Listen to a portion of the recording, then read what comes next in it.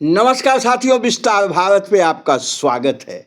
ओम प्रकाश राजभर और संजय निषाद, ये दो ऐसे लोग हैं उत्तर प्रदेश के। दोनों केंद्रीय गृह मंत्री अमित शाह का नाम लेके बिहार की राजनीति में कूद पड़े हैं। ओम प्रकाश राजभर बिहार की राजनीति में बहुत पहले से कूदे हुए हैं, लेकिन अभी खबर आ रही है कि डॉक्टर संजय निषाद अपनी निषाद पार्टी लेके बिहार की राजनीति में कूद गए हैं और दावा कर रहे हैं कि हमने अमित शाह जी से बातचीत कर लिया है, बिहार में निषाद पार्टी चुनाव लड़ेगी एनडीए से मिलके। वहीं दूसरी तरफ सुहलदेव भारतीय समाज पार्टी के राष्ट्रीय अध्यक्ष ओम प्रकाश राजभर पिछले 3-4 सालों से बिहार की राजनीति में अपनी सक्रियता बनाए हुए हैं। जमीन पे उन्होंने भरपूर काम किया है और उसका फायदा अब लेना चाहते हैं। इनकी भी मुलाकात केंद्रीय गृह मंत्री अमित शाह जी से हो चुकी है। लगभग 10 दिन हो गया इस मुलाकात को। उस समय ओम प्रकाश राजभर ने बयान दिया था कि अमित शाह जी से मेरी बात हुई है और बिहार में चुनाव सुहलदेव भारतीय समाज पार्टी लड़ेगी और एनडीए हमें स्थान देगी। अब उत्तर प्रदेश की दोनों पार्टियां हैं। उत्तर प्रदेश में इन दोनों पार्टियों का थोड़ा थोड़ा जनाधार है। सुहलदेव भारतीय समाज पार्टी ने अपना नया जनाधार बिहार में तैयार किया है। साथ ही साथ अब निषाद पार्टी भी तैरना चाहती है बिहार में। निषाद पार्टी और सुहलदेव भारतीय समाज पार्टी, ये दोनों पार्टियां अमित शाह जी को केंद्र बना के वहाँ चुनाव लड़ना चाहती हैं। अब एनडीए इनको कितना तवज्जो देती है? एनडीए अगर तवज्जो देती है, इनको 2-2 4-4 सीट दी के एडजस्ट करती है, तो वहाँ भारतीय जनता पार्टी की ताकत बढ़ सकती है। अब एक दूसरी तरफ महागठबंधन को समाजवादी पार्टी वहाँ दबाव में लिए हुए हैं।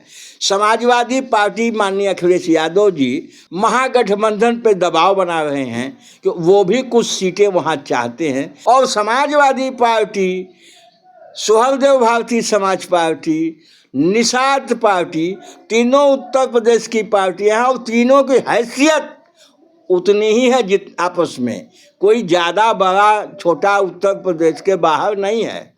वहाँ भले उत्तर प्रदेश में समाजवादी पार्टी की स्थिति ज़्यादा हो, लेकिन बिहार में इन दोनों पार्टियों के समकक्ष ही मानी जाएगी वो है। अब देखा जाए कि ये कैसा मामला बनता है। अगर इन पार्टियों को नहीं समायोजित किया तो यह देखना दिलचस्प होगा कि ये तीनों पार्टियां, Samajwadi party, Suheldev Bharatiya Samaj party, Nishad party, अलग से वहाँ चुनाव मैदान में जाती है कि नहीं जाती है। अब एक चीज़ और आपको हम बता दें, बिहार का चुनाव जैसे जैसे नज़दीक आता जा रहा है, सभी दलों के लिए महत्वपूर्ण होता जा रहा है। सभी अपना अपना हिसाब किताब बैठाने में लगे हैं।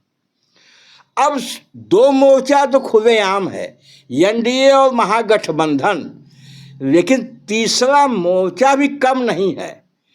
और तीसरा मोर्चा अभी बना तो नहीं है, लेकिन बहन मायावती जी अभी दिल्ली में थीं और जैसा लोग बता रहे हैं कि पिछली बार की तरह इस बार भी AIMIM ओवैसी जी की पार्टी से उनका गठबंधन बिहार में हो सकता है। अब बिहार में 3-4 छोटी छोटी पार्टियां बन गई हैं, वो पहली बार इस चुनाव मैदान में जाएंगी। पहली पार्टी है प्रशांत किशोर जी की, जन स्वराज पार्टी। प्रशांत किशोर जी बड़ा ताकत लगा रहे हैं, पिछले 1 साल से खूब मेहनत कर रहे हैं, बिहार का चप्पा चप्पा छान रहे हैं।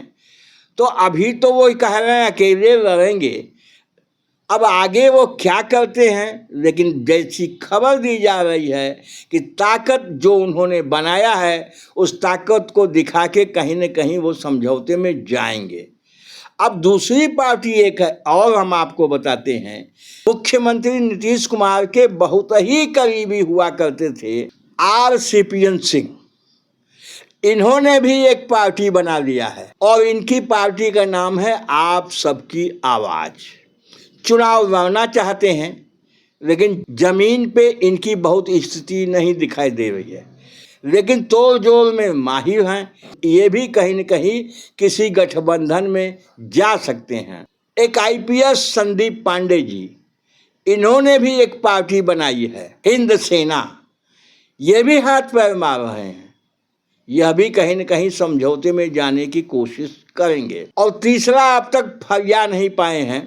तीसरा अब तक श्री पशुपत नाथ पारस, रामविलास पासवान के छोटे भाई, इनका हिसाब किताब कहीं नहीं बन रहा है और वो महागठबंधन में जाने के लिए तो कोशिश कर रहे थे, लेकिन अभी उनकी बात वहाँ नहीं बन पाई है। तो जानकार यह मान रहे हैं कि ये जो छोटे दल हैं, ये सारे दल राष्ट्र में एक साथ एनडीए भाव देगा नहीं, और महागठबंधन अगर इनको भाव नहीं देता है, तीसरी शक्ति बचती है बहुजन समाज पार्टी AIMIM। तो बहुजन समाज पार्टी की ताकत भी बिहार में बहुत अच्छी है। AIMIM पिछली बार 11 सीटों पर लड़ी थी, 5 सीटें वो जीते थे। बाद में उनके विधायकों को भारतीय जनता पार्टी ने तोड़ लिया, उनके विधायक खरीद लिए गए। तो लेकिन ताकत तो उनकी है और उनके हिसाब से ताकत अभी बढ़ी है और ज़्यादा बढ़ी है। तो लोगों का ये असेसमेंट है कि राष्ट्र में ऐसा हो सकता है कि बहुजन समाज पार्टी, AIMIM, जन स्वराज पार्टी, हिंद सेना, आप सबकी आवाज, ये सारे इस तरह के जो दल हैं एक साथ मिल जाएं और सबकी नेता बहुजन समाज पार्टी की नेत्री मायावती जी बन जाएं। इससे दलित वोट और AIMIM की वजह से मुस्लिम वोट, तो इन समस्त पार्टियों को 2 बड़े वोट का सहारा मिल जाएगा और उनकी जो ताकत होगी उससे उनको लाभ मिल सकता है। तो कुल मिला के अभी की जो परिस्थिति है, इसमें यही कहा जा सकता है कि बिहार में सीधा सीधा कंटेस्ट नहीं होने वाला है।